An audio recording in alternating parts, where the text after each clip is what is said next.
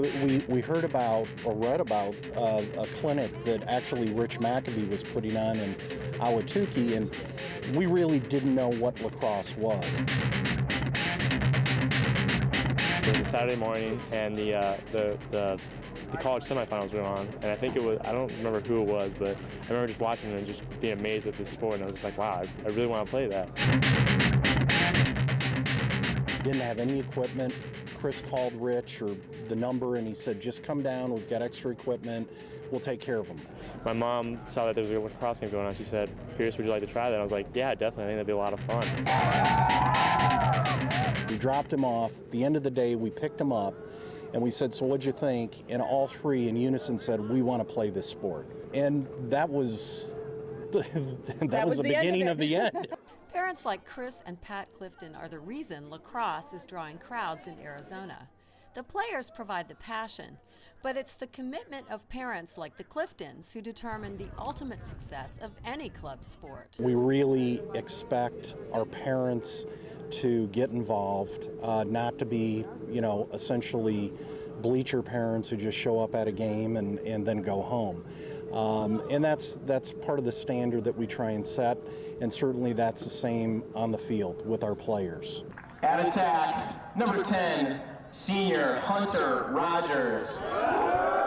Club lacrosse is much more than just another team sport, says Hunter's dad, Will Rodgers. It's a really fun community to be part of, a very special community. They stress sportsmanship more than I've ever seen. You always shake your hands after a game. It's like when the game's over, we're buddies. And it really is that way.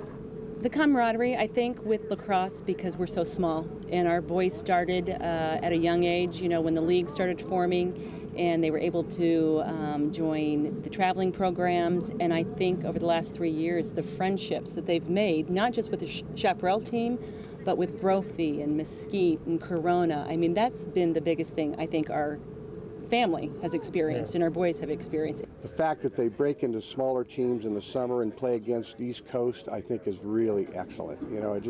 They all bond together, and they're all friends. And to go on beyond after high school with lacrosse, and it's a small community.